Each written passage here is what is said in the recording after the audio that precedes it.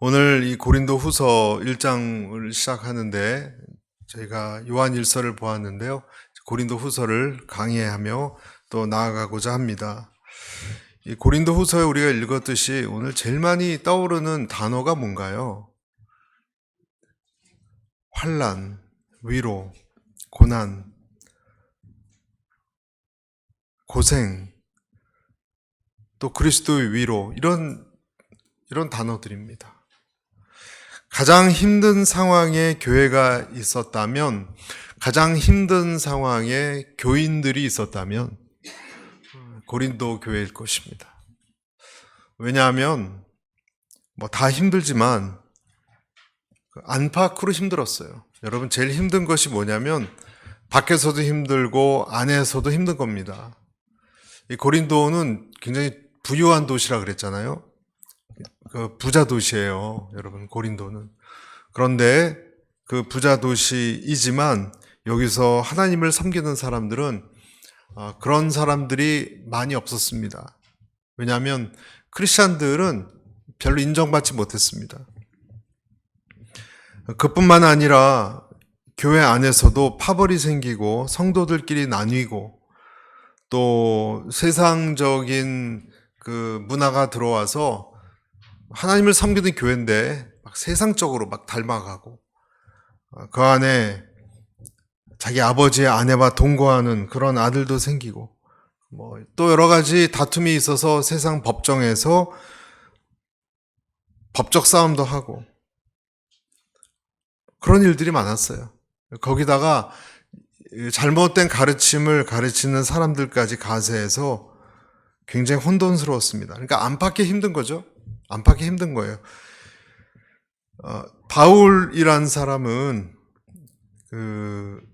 바울을 사람들은 별로 좋아하지 않았어요. 교회를 세운 사람인데 바울을 좋아하지 않아서 바울이 왔을 때 굉장히 힘들게 했어요. 그래서 에베소로 갔다가 다시 왔습니다. 그것이 고린도 후서인데요. 바울이 여러 가지로 어려움을 당한 이유 중에 하나님의 의로운 통치와 진정한 복음을 선포했기 때문에 사람들 마음은 아직 준비가 되지 않았습니다. 여러분, 준비가 되지 않은 사람들에게 하나님의 복음을 선포할 때 여러분, 우리도 그렇지 않습니까? 우리 일가 친척 중에 준비가 되지 않았는데 하나님의 말씀과 또 그들의 죄를 얘기하는 이야기를 할 때 여러분 곱게 받아들이겠습니까? 곱게 받아들이지 않습니다. 제일 힘든 것이 전혀 그런 준비가 되지 않는 사람들에게 복음을 선포하는 거예요. 여러분, 제일 힘들어요, 그것이. 여러분, 안 믿는 친구 중에 또 기독교를 막 비판하고 못되게 얘기하는 사람에게 예수님 사랑을 여러분 전하려고 그래보세요. 얼마나 힘든가. 이렇게 받아들이려는 마음이 있으면은 쉬워요.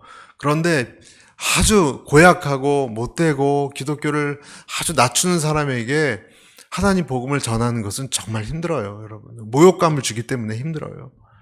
모욕감을 견뎌내야 하니까 힘들어요. 바울이 그런 사람이었어요. 바울이 그런 사람이었어요. 그런데 오늘 그 영적 권위를 인정하지 않는 바울, 그리고 하나님의 말씀을 제대로 받아들이려고 하지 않는 그런 사람에게 오늘 바울이 뭐라고 하는지 그 서운함과 그 수치심과 증오와 분노 이런 걸 내려놓고 이렇게 얘기합니다.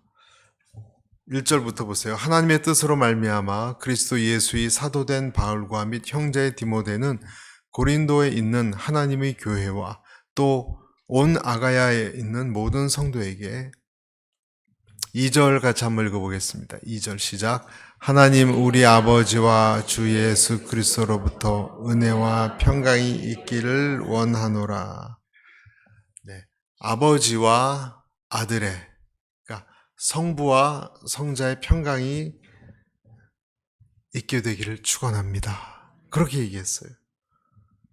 여러분, 이게 그냥 스쳐 지나버릴 구절이 아닙니다.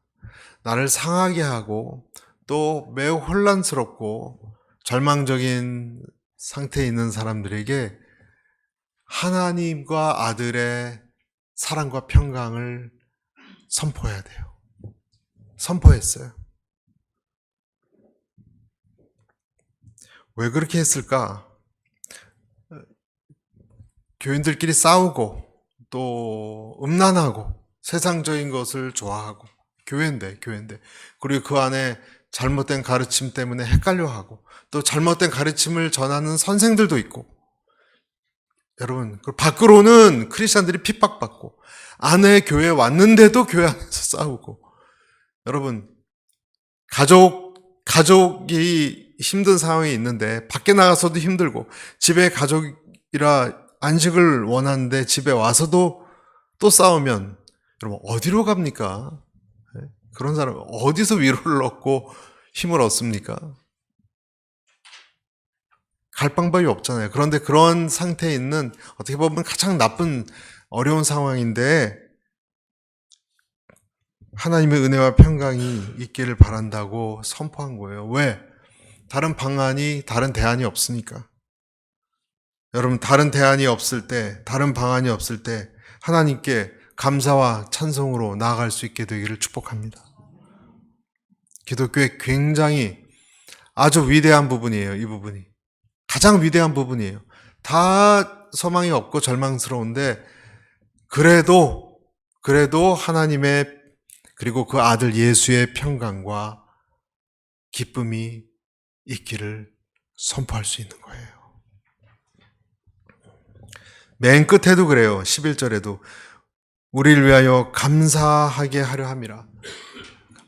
그러니까 평강, 은혜와 평강이 있고 11절에는 감사가 있어요. 딱 두 가지가 감쌌어요. 이렇게 은혜와 감사가 감싸고 있어요. 찬양, 평강, 감사. 여러분 우리가 힘들 때도 오늘도 위로의 예수님에 대한 환난 중에 들리는 위로의 예수님에 대한 내용인데요. 우리는 어떻게 힘들고 어렵고 부정적이고 네게티브한 말을 하기 쉬운 그런 상태인데도 찬양할 수 있을까요? 여러분 어처구니 없지 않습니까? 불평을 해야지 마땅한데 찬양을 하라. 하나님의 평강이 있고 은혜가 있다. 근거가 뭔가요, 여러분? 우리가 교회 와서 그냥 주님께 나아가면 돼. 평강을 얻으세요. 그렇게 말할 수 있는 근거가 뭔가요? 감사할 수 있는 근거가 뭔가요? 어떤 상황이든지 그 재료를 가지고 선을 이루시는 하나님이 계시기 때문에 그렇습니다. 그것이 근거입니다. 바울은 특별히 문제 한 중앙에 있었던 사람입니다. 바울만 그런 것이 아니라 바울을 열심히 따르는 진짜 크리스찬들은요, 또 가짜 크리스찬들한테 또 핍박받았어요. 그러니까 바울도 핍박받았고 바울을 따르는 진짜 크리스찬들도 고통을 겪었어요. 고린도 교회 안에서도. 바울 같은 헌신된 전도자 같은 사람이 오늘도 보면 이제 죽음의 위협을 많이 느꼈다니 핍박 정도가 아니라 죽음의 위협까지예요. 그렇다면 바울을 따르는 사람들도 생명의 위협을 느꼈던 거예요. 여러분 이들의 고난이 이런 종류의 고난이에요. 우리 같이 뭐 기분이 좀 상하고 아니고의 문제가 아니라니까요. 생계의 어려움. 하나님을 믿는 사람들이 여러분 하나님을 믿는 사람들이 생계의 어려움을 겪어요. 말이 됩니까? 말이 됩니까? 하나님을 믿는 사람들이 핍박을 받는다. 조롱을 당한다. 말이 됩니까? 가장 영광을 받아야 되는 족속들인데 그런데 여기서 그렇지 않았다는 거예요. 그것도 세상에 가장 기름지고 타락한 고린도같이 부유한 그런 도시 한가운데서 음란한 도시 가운데서 외롭고 불안하고 고립된 상태가 있었다는 거예요. 안팎으로 여러분 이것이 하나님을 믿는 사람들이 당할 수 있는 그런 고난입니다. 고난입니다. 오늘도 마찬가지입니다. 하나님의 진리를 가진 기독교는요, 이 세상에서 가장 핍박받는 종교 중에 하나예요. 여러분, 왜 사람들이 기독교 뭐 이집트 같은 데서는 교회 안에다 폭탄을 터뜨립니다. 왜 그럴까? 여러분, 사람들은 복음 전환자들을 조롱합니다. 그런데 이 세상의 유명 인사들도 이슬람에 대해서는 그렇게 잘 안 해요. 이슬람을 함부로 입에 못 올립니다. 왜 그럴까요? 그러다 죽습니다, 여러분. 기독교는 평화의 종교고 테러를 하지 않기 때문에, 다 사랑으로 품기 때문에 조롱을 당하는, 때로는 무시를 당하는 종교입니다. 그것이 저희들입니다. 그런 상황이라 할지라도 우리는 외쳐야 합니다. 하나님, 당신은 찬양받으실 만한 분입니다. 오늘 이것이 우리에게, 모두에게, 여러분 힘들지 않은 사람이 어디 있겠습니까? 그런데 여러분 영혼에게 오늘 하나님께서 이 첫 번째 메시지를 저는 여러분께 선포합니다. 어떤 상황이든지 주님을 찬양하십시오. 모든 상황 이전에 하나님을 찬양하십시오. 왜냐하면 하나님은 그런 때에도 일을 하시기 때문에. 여러분, 지금도 하나님 뭔가 일을 하세요. 나는 불평스러워다 할지라도 지금도 하나님은 착착착 일을 진행하고 계세요. 상황이 다가 아니에요. 우리는 하나님이란 굉장한 분을 섬기고 있습니다. 아무리 이리저리 난리가 나고 위협을 받고 실망스러운 일이 일어난다고 하더라도 내 눈앞에 하나님께서 만물을 붙들고 계심을 여러분 믿으십니까? 만물을 붙들고 계세요. 하나님, 당신은 섭리하시는 하나님이십니다. 하나님, 당신은 위로의 하나님이십니다. 이 얘기가 생각해보면 맞는 얘기예요. 왜냐하면 하나님은 미래를 정하셨고요. 여러분과 저의 과거를 아시고, 그리고 지금 현재 일어난 일을 두 눈 뜨고 다 보고 계세요. 그리고 움직이고 계세요. 내 현재를 보고 계세요. 만물을 붙들고 계세요. 그분이 하나님이에요. 요즘 제가 그런 것을 어디서 들었는데, 어려운 일이 이렇게 생기니까 그 사람이 연예인이 됐건 어떤 유명인이 됐건 그 사주팔자 보는 사람들이 유튜브에도 가끔 이렇게 떠서 내가 몇 년 전에 얘기했는데 정말 그대로 됐다 이런 얘기를 하고 저 깜짝 놀랐습니다. 사주팔자 그 조회수가 되게 많아요, 여러분. 사주팔자 보는 사람들이 많습니다, 여러분. 서울에 갔더니 뭐 점집이 더 는 것 같아요. 타로집은 타로 카드 청년들이 많이 가고, 이런 나라가 시끄럽고 불안하고 좀 그러니까 그저 서울대 전철역 입구, 저는 거기 물건을 하나 사러 갔는데 거기도 그냥 쫙 있었어요. 제가 옛날에 미아리고개 살았거든요. 미아리고개 아세요, 여러분? 미아리고개 그 호떡이 유명한데요. 호떡 하나가 있으면 바로 옆에 점집이 있었어요. 미아리고개는 점집으로 유명해요. 옛날 6.25 때 많이 죽어서 한마는 미아리고개 그랬잖아요. 미아리고개 많이 죽어서 그 속에 이 공사할 때 아파트 지을 때 보면 뼈들이 많이 나온대요. 많이 죽었습니다. 그러니까 한이 많으니까 더 그런 건지 점집이 이렇게 솥대 같은 데다가 이렇게 천 같은 펄럭거리는 게 다 점집입니다. 처음에는 무슨 철학관, 그래서 무슨 철학하는 사람들이 있나 했더니 그게 아니고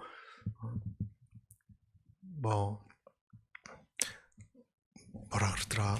하여간 여신 무슨 이런 여러 가지 이름으로 점집이 많은데, 특히 또 사주팔자. 여러분, 사주팔자는 그 태어난 연, 월, 일, 시 네 가지잖아요, 그렇죠? 그것을 가지고 어떤 사람을 얘기했더니 정말 그렇게 된 것 같아요. 저도 그걸 듣고 정말 깜짝 놀랐어요. 사람들이 이래서 이런데 관심을 기울이는구나. 그래서 열심히 돈을 주고 가서 사주팔자를 보고 내 앞날을 전문을 보고 또 예측을 하는구나. 여러분, 알고 보면 사주팔자는 음양오행설에 기초한 그 있죠, 괴를 가지고 그 사람의 재물, 그 사람의 건강, 생명 이런 것을 운을 맞추는데요. 옛날 방송에는, 제가 본 기억이 나는데 옛날 TV 방송에는 아무 관련이 없다고 밝혀졌습니다. 여러분, 아십니까? 옛날 TV 기자가 그것을 추적을 했습니다. 같은 날 태어난 쌍둥이 중에 쌍둥이가 있는데 한 사람이 유괴를 당해서 나중에 30이 돼서 만났어요. 아기 때 유괴를 당해서. 30이 돼서 만났는데 30 몇 세가 됐는데 한 사람은 문제없이 평탄하게 잘 살고 있었고 또 한 사람은 유괴당했다가 그다음에 방황했으니까 험악하게 살아오고 있었어요. 여러분 어떻게 된 겁니까? 그러면 사주팔자는 똑같아야 되잖아요. 사주팔자 똑같아야 되잖아요. 똑같이 태어났잖아요. 쌍둥이인데. 근데 한 사람은 왜 유괴를 당하고 험악한 인생을 살고 한 사람은 평안하게 삽니까? 그럼 엉터리 아닙니까, 여러분? 아무 근거가 없다라고 나왔어요. 여러분 사주팔자라면요 야곱과 에서도 운명이 똑같아야 돼요. 그렇죠? 손으로 발꿈치 잡고 나왔잖아요. 같은 날, 같은 년, 같은 월, 같은 날, 같은 시에 나왔어요, 여러분. 한 사람과 또 한 사람은 전혀 다른 길을 갔지 않습니까? 우리 미래는 하나님이 통치하십니다. 연, 해도, 달도, 이 빛도, 날도, 시도 만든 분이 누굽니까? 그것을? 하나님이에요. 하나님이 통치하세요. 그분이 섭리하세요. 그리고 그가 내 미래를 아시고 그리고 우리를 인도하십니다. 하나님을 믿지 않기 때문에 우리는 그러한 이상한 상황, 이상한 사주에만 불안해서 의지하고 그렇게 나아가는 것입니다. 하나님을 찬송한다는 것은 무슨 뜻인가? 내 지금 눈앞에 있는 상황이 암울해 보여도 어두워 보여도 하나님이 그것보다 우선이십니다. 하나님의 뜻을 이루시옵소서. 그렇게 말하는 능력입니다. 또 한 가지는 이런 혼란 속에서 크리스찬들은 하나님의 위로를 경험해요. 하나님의 위로 경험해요. 언제? 혼란 속에서. 혼란 속에서 위로를 경험합니다. 혼란이 없으면 위로를 잘 못 느낍니다. 그러니까 혼란과 위로가 대부분 같이 옵니다. 그러니까 약속도 주시고 하나님은 광야도 주시고 그리고 광야에서 빼내기도 하십니다. 어떤 사람은 병 주고 약 준다 그랬는데요. 여러분 하나님이 환난도 주고 위로도 주시니까 병 주고 약 준다 그랬는데 병 주고 약 주고가 아니에요. 여러분 환난이 병이 아니에요. 여러분 환난이 약이에요. 환난이 병이 아니에요. 광야는 병이 아니에요. 나를 다스리는 것은 환경인데 그 환난이 나를 다스리는 거거든요. 여러분 열심히 운동을 하면 운동이 병입니까? 운동과 내 육체를 다스리는 훈련이죠. 나를 강하게 하는 훈련이지 운동, 피트니스 가는 것이 병을 얻으러 가는 겁니까? 아니잖아요. 오히려 그것을 통해서 강건해지는 거기 때문에 하나님이 주시는 환난은 약이에요. 하나님이 환난을 주시고 오늘 위로라고 했는데 위로라는 단어를 9번 썼습니다. 9번. 이 위로라는 단어는 파라클레시, 옆에서 부른다는 뜻이에요. 여러분 위로가 무슨 뜻이냐? 원어로 옆에서 부른다는 뜻이에요. 하나님께서 뭐라고 부르십니까? 기도하라. 괜찮다. 나를 의지해라. 성령님께서 내 옆에서 항상 탄식하시고 내게 말씀하시는 게 이게 위로예요. 내 옆에 계셔야 되고요. 내 옆에서 말씀해 주셔야 돼요. 그래서 여러분 환난 때 하나님의 옆에 계신 하나님의 숨소리 같은 음성을 들으셔야 돼요. 여러분 크리스찬이라면 이 소리를 다 들어요. 힘들지만 여러분 우리가 때로는 힘들지만 옆에서 여러분에게 얘기하시는 주님의 음성을 듣지 않습니까? 듣지 않습니까? 좀 더 견뎌라. 이겨내라. 할 수 있다. 너는 나의 자녀니까 이것을 이겨내면 끝이 보인다. 내가 너와 함께하고 있다. 다 의미 있는 고난이다. 여러분 그 옆에서 음성을 듣지 못하면 환난을 못 이겨냅니다. 그러나 하나님의 사람은 옆에 계신 성령의 음성을 듣습니다. 용기를 내어라. 괜찮다. 무릎을 털고 또 일어서라. 또 힘들었지. 누가 너한테 뭐라 그랬지. 괜찮아. 내가 너 옆에 있어. 이 음성을 듣는 것이 위로예요, 여러분. 아무 음성도 들리지 않다면 위로가 없는 거예요. 바울 같은 사람은요, 개인적으로 그를 반대했던 사람이 바울의 그 변변치 않은 외모. 바울은 그 외모가 변변치 않았나 봐요. 그리고 어눌한 말솜씨. 이걸 굉장히 조롱하고 때로는 얻어맞기도 했습니다. 하나님의 복음을 전하는데 바울같이 훌륭한 사람은 사람이 말이 어눌하다고 또 외모가 변변치 않았다고 얻어맞고요. 죽기까지 얻어맞았어요, 여러분. 돌무덤 속에서 끌어냈잖아요, 사람들이. 광주리에 태워서 내리고 막 도피시켰잖아요. 여러분, 진리를 알고 그를 따르려고 했던 바울을 따랐던 많은 사람들도요, 똑같았습니다. 어려움을 당했습니다.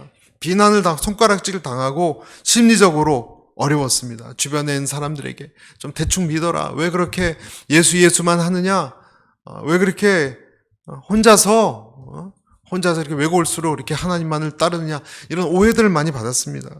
그런데 오늘 말씀해 보면 4절에 나오듯이, 여러분 4절 보세요. 4절. 이런 사람들 어떻게 하시는가? 우리의 모든 환난 중에서 우리를 위로하사 우리로 하여금 하나님께 받는 위로로서 모든 환난 중에 있는 자들을 능히 위로하게 하시는 이시로다. 주님은 환난 중에 저와 여러분을 위로하십니다. 두 번째 여러분께 드리는 메시지입니다. 첫 번째 메시지는 모든 상황 속에 주님을 찬양하라 그랬습니다. 두 번째는 그 상황 속에, 환난 속에 있는 여러분을 예수님은 위로하신다는 거예요. 위로하시는 거예요. 할렐루야. 저는 오늘 예배 이후에 하나님이 여러분을 위로하시는 하나님을 더 깊이 알게 되시기를 바랍니다. 여러분, 그거 이상 뭐가 있겠습니까? 이 세상에. 빵을 먹으면 배가 부릅니까? 네, 배는 부르죠. 하지만 여러분, 내 마음이 힘든 것은 누구도 나를 어떻게 할 수 없어요. 그러나 그 사람이 위로를 얻을 때는요, 하나님의 말씀으로 밖에 위로 얻을 수 없어요. 환난 중에 제일 힘든 것은 왜 힘드냐면요. 환난이 왜 힘드냐면 나의 정체성을 흔들어요. 내 정체성을 힘들어요. 내가 누군지, 나 어떤 존재인지 그걸 마구 흔들어요. 사업이 실패하면 사업만 실패하는 것이 돈이 없어진 것이 문제가 아니라 사업을 실패함으로 인해서 내 정체성이 흔들려요. 가장으로서 위치도 흔들리는 것 같고 친구들도 무시하는 것 같고 가족들도 무시하는 것 같고 그런 것이 힘든 거예요, 여러분. 그런 것이. 직장에서 이제 쫓겨나서 뭐 다른 일을 해도 되고 다른 데 가도 되지만 힘든 것이 뭐냐면 생계도 있지만 내 정체성이 흔들리는 거예요. 왜 사람들은 나를 리젝트할까? 내가 무엇이 부족했을까? 이런 것 때문에 마구마구 흔들리는 것입니다. 가족들 관계에서도 소원해지는 것입니다. 여러분, 경제에 어려움이 많을 때 그 사회가 왜 어려웠냐면요. 혼자 고시원 같은데 요즘은 중년들도 고독사가 많대요, 한국에. 여러분 신문을 봤더니. 그냥 가족들도 외면하니까 또 관계가 별로 열심히 직장만 다니느라고 가족들하고 관계가 별로 좋지 않았어요. 이 사람이 직장에서 나오면 이제 가족들도 별로 그를 존경하지도 않고 이 남자가 나이는 많고 어디로 가겠습니까? 렌트비가 싼 무슨 고시원 같은 데 들어간대요. 고시원 가서 자기 몸이 아파도 가족들에게 알리지도 않는데요. 혼자 죽는 거예요, 여러분. 혼자 저 세상 가는 거예요. 친구들도 다 끊어지고 그런 사람들이 많아졌대요, 여러분. 많아졌대요. 이런 것이 다 경제에 어려움이 있을 때 사회에 일어나는 일들입니다. 얼마 전에는 제가 여기 있었을 때 제가 봤던 내용인데요. 그 학교 폭력에 시달렸던 30대 처녀가 자기 인생을 마감했습니다. 여러분 아시는 분들 아시겠지만 한때 뭐 글로리라는 이런 드라마 저는 보지 못했지만 그걸 많이 본 사람들이 있어요. 학교 폭력에 대한 거예요. 그래서 이게 나이가 장성해가지고 복수하는 뭐 그렇게 굉장히 뭐 우리나라뿐만 아니라 아주 전 세계적으로 그 인기가 많았던 그 넷플릭스인가 거기에 나왔던 드라마인데요. 그 주인공 있죠, 주인공. 실제 주인공이, 여러분 드라마가 나왔으면 이제 성공한 거예요. 사실 그 사람들도 어느 정도 그 세상에 드러나서 벌도 받고. 그런데 이 사람이 결국 자기 인생을 마감했어요. 그 주인공이, 그 드라마 주인공, 실제 주인공이. 너무 제가 그 신문의 그 내용을 보고 가슴 아파서 너무 화가 났습니다. 너무 화가 났어요. 마지막 그 자매님이 자기 그 마지막 유튜브에다 이렇게 올린 걸 봤는데 종교도 없었어요. 자기는 사후세계를 믿지 않는다고 나왔습니다. 그래서 이제는 죄송하다고 울면서 그리고 나서 스스로 자살했어요, 여러분. 스스로. 왜 그런 걸 못 견뎠을까, 저는. 그 사람들의 비난과 또 자기의 그 아픈 상처가 있었겠죠, 물론. 어려서 당한 그 드라마에 나오듯이 결국 그걸 못 견뎠다는 거예요. 의지할 만한 그 자매에게는 의지할 만한 데가 없었어요. 아무도. 의지할 만한 데가. 아는 사람도 있었고 방송인들도 힘을 내라 그렇게 얘기했지만 자기의 이 상처와 아픔을 이겨낼 만한 그것을 어디 가져가서 호소하고 힘을 얻을 만한 소스가 없었어요, 여러분. 그러니까 맨 얼굴이 그냥 완전히 피폐하고 그 우울한 그 얼굴이 있어요. 그 얼굴로 사람들 앞에 나와서 나는 이제 울먹거리면서 더 이상 감당이 안 된다고. 나는 자신이 없다고. 그러면서 사라졌는데 알고 봤더니 뭐 어디 물에 빠져서 어떻게 그렇게 생을 마감을 했다는 거예요. 흔들리다 포기해버리는 거 많은 것입니다. 여러분, 하나님이 저와 여러분에게 어떤 존재입니까? 여러분에게 하나님은 어떤 존재입니까? 과연 하나님은 여러분 인생에 어느 정도의 위치를 갖고 있습니까? 여러분, 하나님은 내게 어떠한 위치를 갖고 있는가를 점검해야 됩니다. 힘들 때 그분이 내게 어떤 중요한 분인지 여러분 입으로만 얘기하고 실제로는 그분을 의지하지 않는 그런 잘못을 여러분 일으키지 말아야 되는 거예요. 내가 정말 그분이 어떠한 중요성을 내 마음에 점령하고 있는지 점유하고 있는지 점검하셔야 되는 거예요. 그분이 내가 일어설 수 있는 힘이 되는 분이기 때문에 이것은 매우 중요한 것입니다. 정말 나는 하나님이란 분을 의지할 만한 분으로 여기고 있는가? 위로를 받는 분으로. 여러분에게 위로는 어디서 옵니까? 여러분이 힘들 때 친구의 목소리가 있죠. 그렇죠? 가족들이 괜찮아 할 수 있죠. 그러나 그런 음성이 끊어지면 어떡할 겁니까, 여러분? 그들이 더 이상 그들까지도 어느 날 내 주변에 없으면 가족들도 하늘나라 갈 수 있잖아요. 우리 부모들도 헤어질 수 있잖아요. 그러면 그런 것도 소리가 없을 땐 여러분은 어떤 음성을 의지하시겠습니까? 그때 하나님은 여러분에게 어느 정도 중요합니까? 다 자기 정체성 때문이에요, 여러분. 시험에서 떨어진 사람, 재수생 같은 사람은 자기 정체성의 위기 속에 그게 힘들었다 그러지 않습니까, 여러분?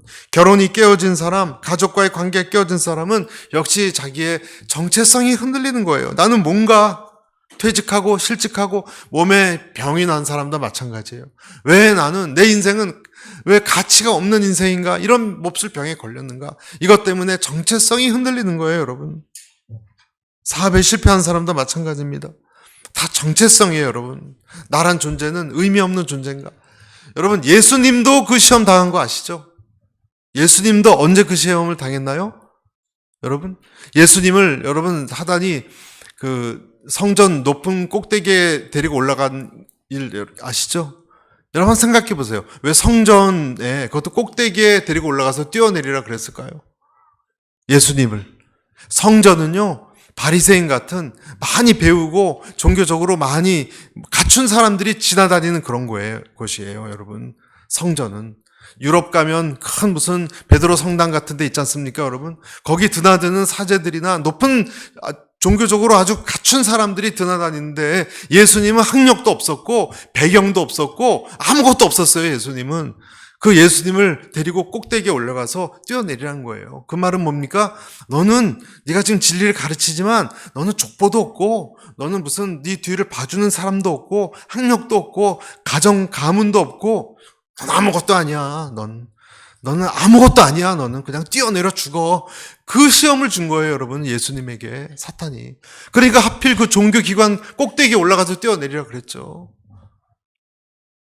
뛰어내려. 넌 인정받지 못한 사람이야. 넌 아무것도 아니야. 여러분 이런 여러분 이런 걸 암시를 받거나 이런 얘기를 들을 때 사람들은 너무 힘들어요, 여러분. 그렇지 않습니까? 너란 존재는 아무것도 아니야. 지켜줄 사람도 없는 넌 아무것도 아닌 사람이야. 마태복음 4장 6절 뭐라고 예수님이 답하십니까? 이르되 내가 만일 하나님의 아들이어든 뛰어내리라 기록되었을 때 그가 너를 위하여 그의 사자들을 명하시리니 그들이 손으로 너를 받들어 발이 돌에 부딪히지 않게 하리로다 하였느니라. 7절 예수께서 이르시되 또 기록되었을 때 주 너의 하나님을 시험하지 말라. 너의 하나님을 시험하지 말라.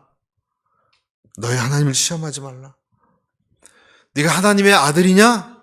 넌 아무것도 아니야. 그냥 뻥치지 마. 넌 아무것도 아니야. 여기 이 높은 성당에 다니는 저 사람들에게 물어봤는데 너는 너에 대해서는 아무것도 모른대. 그냥 넌 뛰어내려 죽어라. 이런 얘기를 듣고 있는 예수님에게 예수님이 힘들었으니까 시험 받은 거예요, 여러분.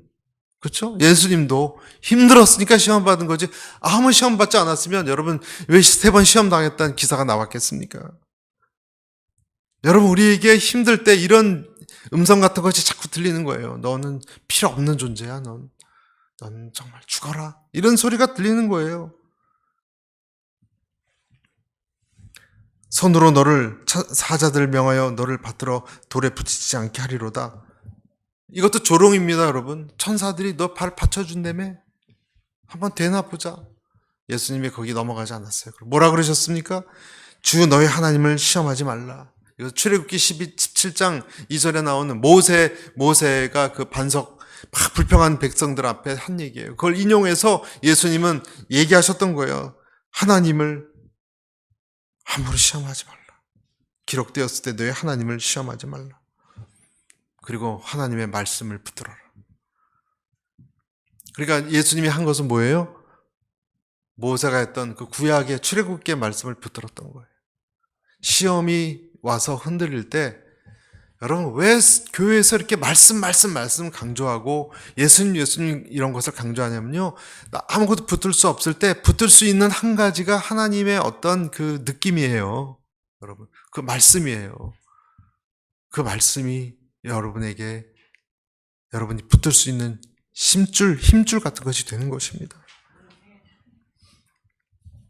그 방법이 여러분을 살리지 다른 것은 이렇게 잡으면요 없어져요. 다 이렇게 묵같이 힘이 없어요. 여러분 해보세요. 사람들이 위로한다 뭐 괜찮아 잘 될 거다 뭘 믿고 잘 될 거다라고 얘기합니까? 여러분 그 사람이 뭘 알길래? 그 사람이 내 사정을 압니까? 나의 독특한 사정은요 아무도 몰라요. 여러분의 가장 독특한 여러분 살아온 인생 여러분이 당하는 지금 어려움 그걸 누가 합니까? 여러분 배우자가 합니까? 배우자도 잘 몰라요. 힘들면 배우자는 코 골고 자요 옆에서. 그렇죠? 잘 몰라요. 자기가 아니니까 인간은 어쩔 수 없어요. 여러분 자기만 당하는 거예요 밤새. 그것을 아시는 분 그분이 계세요. 그분이 하나님이에요. 그래서 여러분 시편에도 146편 이런 말씀이 있어요. 방백들을 의지하지 말며 도울 힘이 없는 인생도 의지하지 말지니. 가족도 의지하지 말란 뜻이에요. 여러분. 4절 시작. 그 호흡이 끊어지면 흙으로 돌아가서 당일에 그 도모가 소멸하리로다. 5절 같이 읽습니다. 야곱의 하나님으로 자기 도움을 삼으며 여호와 자기 하나님에게 그 소망을 두는 자는 복이 있도다. 아멘. 환난 중에 어떻게 위로자를 만납니까? 여러분 환난 중에 위로자를 만난다 그랬습니다. 좀 더 깊이 들어가면 이게 무슨 뜻입니까? 환난을 겪어야 사람은 자기를 그때 볼 수 있기 때문에 그렇습니다. 이건 조금 다른 차원이에요. 이제 환난을 겪을 때 누굴 본다고요? 나를 봅니다. 그때 환난은 그래서 굉장히 자기를 똑똑하게 만듭니다. 평소에 생각하지 않았던 자기 자신을 이렇게 스캐닝을 합니다. 쫙 내가 뭐가 잘못했나 이런 하여간 처음 A부터 B 쭉 스캐닝을 합니다. 자기 현 주소를 분명하게 들여다봅니다. 그리고 하나님께 기도합니다. 도와달라고. 여러분 누구나 그렇지 않습니까? 하나님께 나를 돌아보고 하나님께 기도합니다. 기도하다가 시험 듭니다. 왜 시험 들죠? 기도 응답이 안 오니까. 시험 들어요. 기도하다가. 하나님 기도 응답을 금방 잘 안 해주십니다. 그런데 기도하고 나를 들여다보고 또 기도하면서 뭘 느끼냐면요. 이런 걸 느껴요. 여러분. 뭘 느끼냐면 사실 기도하는 것도 그렇고 내가 얼마나 내 욕심에 묶여 있는가를 봐요. 그리고 내가 얼마나 믿음이 없는지를 발견해요. 분명히 기도를 하고 있고 나를 들여다보고 있는데 내가 내 중심으로 많이 생각했던 거를 깨달아요. 다른 사람도 잘못됐고 나도 잘못했는데 다른 사람 잘못한 것만 자꾸 내가 비난했어요. 근데 기도를 하고 나를 보면 조금씩 나도 좀 못됐구나. 나도 잘못했구나. 이걸 좀 보기 시작하고요. 그리고 내가 믿음이 없다는 걸 깨달아요. 사실 별로 믿음이 없구나. 믿었으면은 하나님께 맡기고 평안해야 되는데 안 그렇거든요. 불안해하고. 그리고 내가 하나님을 그렇게 사랑하지도 않았다는 걸 깨달아요. 말로만 크리스찬이지 실제로는 별로 그렇게 믿음도 없고 하나님께 이렇게 바뀐 사람도 아니라는 걸 깨달아요. 언제? 환난 중에. 환난도 힘든데 그것 때문에 내가 나를 들여다보니까 내 자신도 형편없는 걸. 그러니까 이중고예요, 이중고. 밖에도 힘들고 내 자신도 별 볼 일 없다는 처절한 내 본색이 어떻다는 걸 깨달아요. 그때 하나님은 나를 십자가로 인도합니다. 여러분, 하나님께서는요, 환난 중에 그냥 우리 위로하지 않습니다.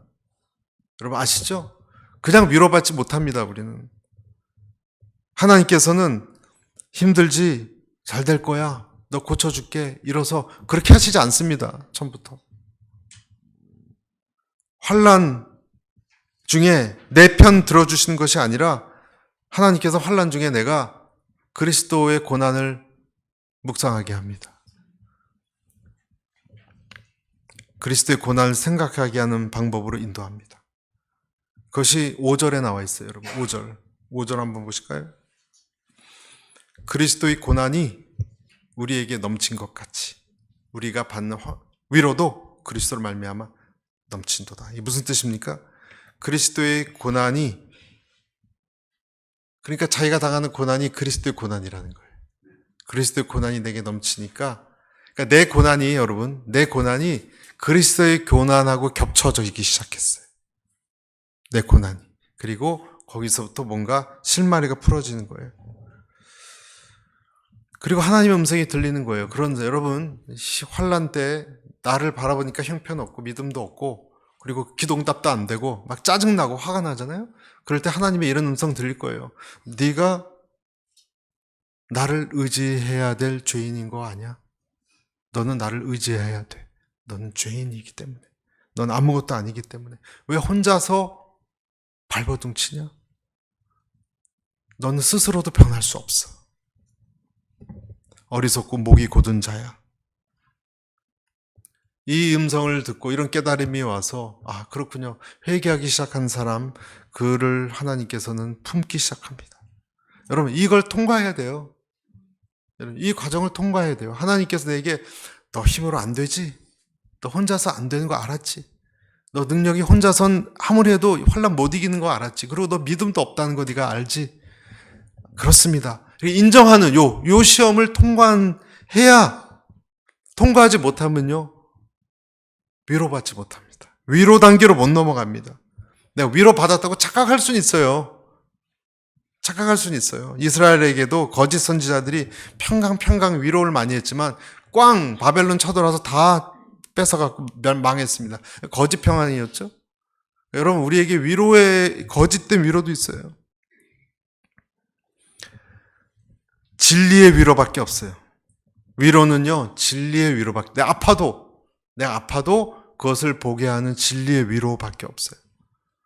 거짓된 사람은 자기를 포기하지 않고 하나님께 버팅기면 하나님의 위로는 들어가지 못해요. 내 뜻이 이루어지게 하옵소서. 그래, 네 뜻이 이루어지게 해주마. 여러분 이런 음성을 기도 중에 받는 것이 위로가 아니에요. 만약에 그런 음성이 있다면 잘못된 음성이에요. 내 뜻이 이루어지게, 네 뜻이 이루어지게. 여러분 그런 음성은 없습니다. 그건 거짓된 영의 음성일지 몰라요.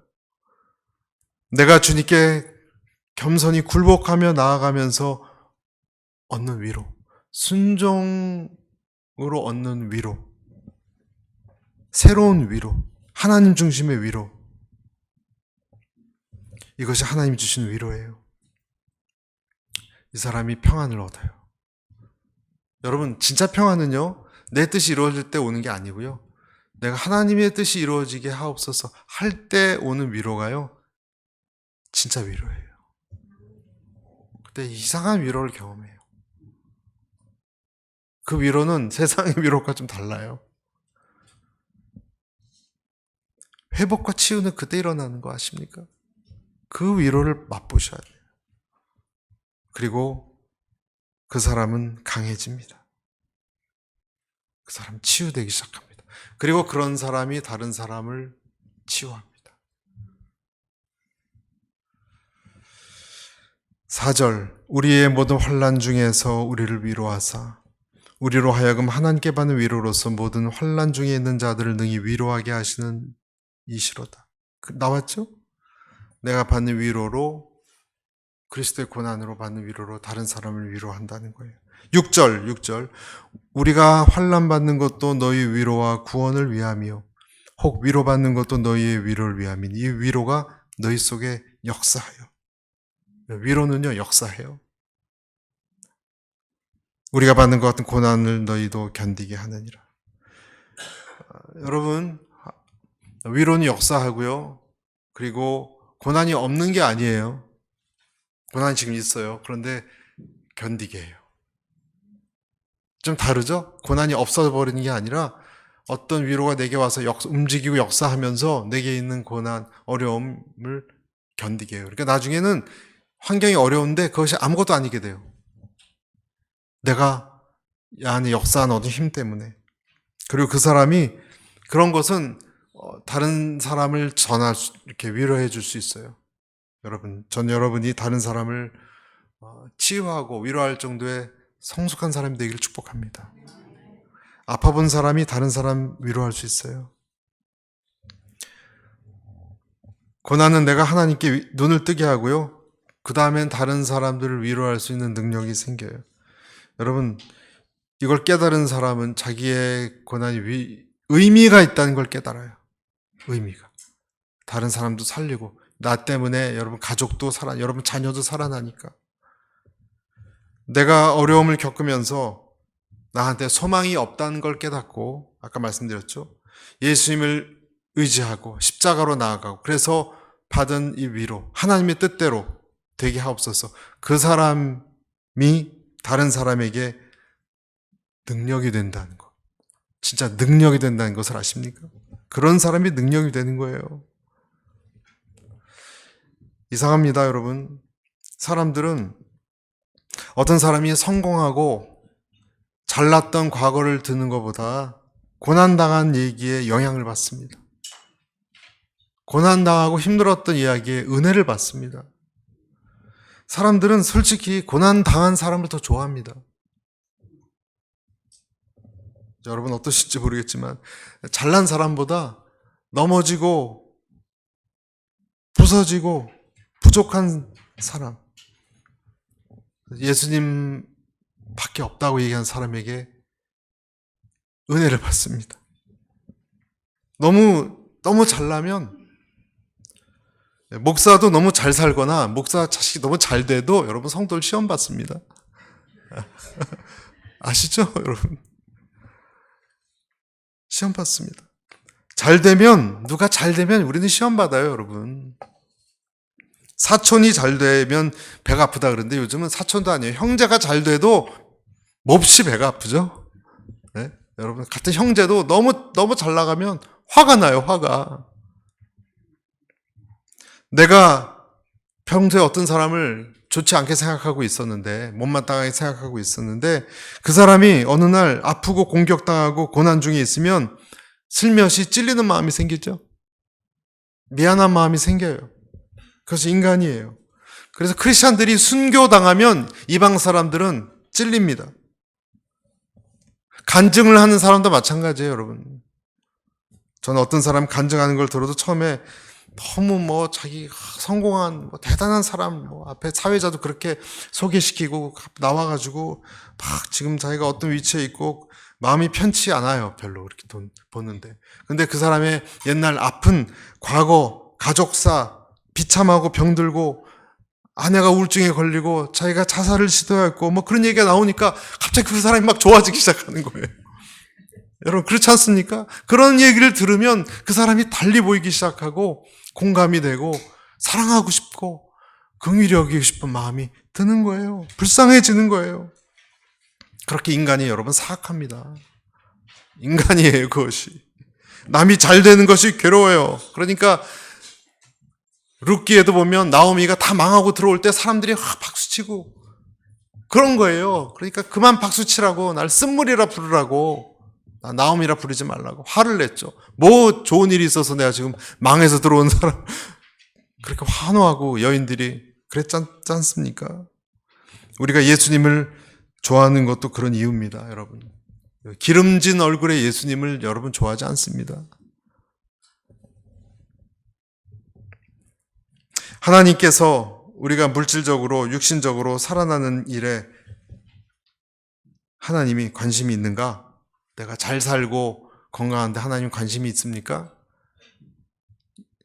있습니까? 있습니다. 그래서 그 많은 병자들을 치료했던 것입니다. 그렇지만 하나님은 더 관심이 있는 분야가 있습니다. 영적으로 여러분이 살아나는 겁니다. 하나님에게. 고린도 후서 4장 10절 이런 말씀이 있어요. 우리가 항상 예수의 죽음을 몸에 짊어짐은 예수의 생명이 또한 우리 몸에 나타나게 하려 함이라. 내가 죽고 사는 것보다 여러분 더 큰 존재가 있어요. 그걸 알아야 됩니다. 내가 능력이 많을 때 드러나는 하나님보다 능력이 없고 고통과 눈물 속에서 하나님이 더 강하게 드러납니다. 그 하나님이 여러분에게서 더 크게 드러납니다. 8절, 9절 보시죠. 형제들아, 우리가 아시아에서 당한 환난을 너희가 알지 못하기를 원치 아니하노니 힘에 지나도록 심한 고생을 받아 살 소망까지 끊어지고 우리 마음에 사형 선고를 받은 줄 알았으니 이는 우리로 자기를 의뢰하지 말고 오직 죽은 자를 다시 살리시는 하나님만 의뢰하게 하심이라. 자기 간증을 지금 바울이 얘기하는 거예요. 마음에 사형 선고가 내려지면 바울처럼 얼마나 힘들면 이런 표현을 썼을까요, 여러분? 바울이.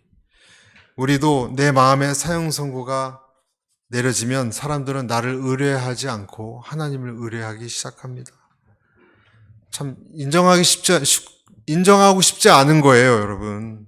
인정하고 싶지 않은 사실이지만 인간은요, 저와 여러분은 똑같습니다. 마음에 사형 선고가 내려지면 그때 우리는 정말 하나님 앞에 쓸만한 사람이 되어가는 것 같아요. 그럴 때 진정으로 하나님 앞에 순수해지는 것 같아요. 조그만 칭찬을 듣고 조금만 안정되고 조금만 축복받고 좋아지면 옛날을 잃어버리고 또 자만해지고 난리를 칩니다. 그때마다 하나님께서 망치로 또 꽝 쏙 들어가요. 여러분 두더지 게임 아시죠? 두더지 게임 꽝꽝꽝. 그런 것처럼 머리를 솟구쳤다가 또 꽝 맞고 또 들어가서 하나님께 성숙되고 조금만 지켜 세우면 우리는 금방 또 하나님처럼 하나님 행세를 하려고 합니다. 머리가 좋을수록 그 사람이 지혜로울수록 더 교묘합니다. 그래서 또 꽝 하나님이 마음에 사형 선고를 내릴 때가 있습니다. 망신당하고 쫓겨나고 정신 차리기 시작합니다. 내가 흙밖에 되지 않는구나. 흙과 같은 존재구나. 이런 걸 깨닫습니다. 그리고 그럴 때 하나님은 부활을 보게 하십니다. 10절 그가 이같이 큰 사망에서 우리를 건지셨고 또 건지시리라. 또한 이후에라도 건지시기를 그를 의지하여 바라노라. 그때 하나님께서 큰 사망에서 우리를 건지십니다. 사형 선고를 받은 그에게 그리고 안식을 얻습니다. 여러분에게 하나님의 안식이 있게 되기를 축복합니다. 너무 고민하고 너무 기도 많이 하려고 하는 것도 여러분 불신이에요. 적당히 기도하시고 맡기세요. 맡기세요. 뭘 그렇게 걱정합니까? 우리는 기도할 뿐이에요. 나는 죽었습니다. 하나님이 하십시오. 그것이 기도예요. 하나님과 싸우려고 왔다가 내 마음을 꺾고 하나님께 맡겨 나가는 것이 기도예요. 말씀을 정리하겠습니다. 하나님을 향해서 어떤 상황이든지 여러분 손을 들고 찬양하십시오. 하나님에게 속한 사람 그렇게 하게 돼 있습니다, 여러분. 여러분이 하나님의 사람이라면 하나님께 찬양하고 감사하며 기도할 수밖에 없어요. 그리고 하나님의 위로를 경험하십시오. 환난 중에 하나님께 나아가면 하나님이 옆에서 반드시 얘기하십니다. 지금까지 들었던 설교들 있죠? 지금까지 큐티했던 큐티 내용들 있죠? 지금까지 통독했던 성경 있죠? 이것이 용광로에 다 녹고 녹아서 어떠한 끈적끈적한 어떠한 느낌의 소리 같은 것이 들리는 거예요. 총체적으로 녹아서 어떤 하나님의 음성, 여러분이 만난 하나님, 괜찮아. 이런 음성이 여러분 옆에서 들리는 거예요. 그 어떤 내 마음의 심지를 붙드는 거예요. 그리고 그렇게 생각하는 거예요. 괜찮겠구나. 나는 죽었습니다. 하나님의 뜻이 이루어져도 좋습니다. 그것이 하나님의 위로고 그 사람에겐 생명이 일어납니다. 오늘 그 말씀 앞에 기뻐하시는 우리 모두가 되기를 축복합니다.